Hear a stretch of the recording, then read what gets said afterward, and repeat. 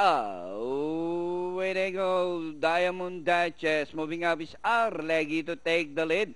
Arleggy, Diamond Duchess, security check alongside his final judgment. Unequal, racing in P by about 2 lengths by the relay Kuda, so it's Julian Face and Lucky Lorky. Arleggy by half a length, followed by Diamond Duchess in second. Final judgment, racing in third by about 4 lengths, security check, unequal, so it's you as they race the last 450. Arleggy by about half length, Diamond Duchess in second. Final judgment, racing in third by the alongside is unequal, entering the last 150.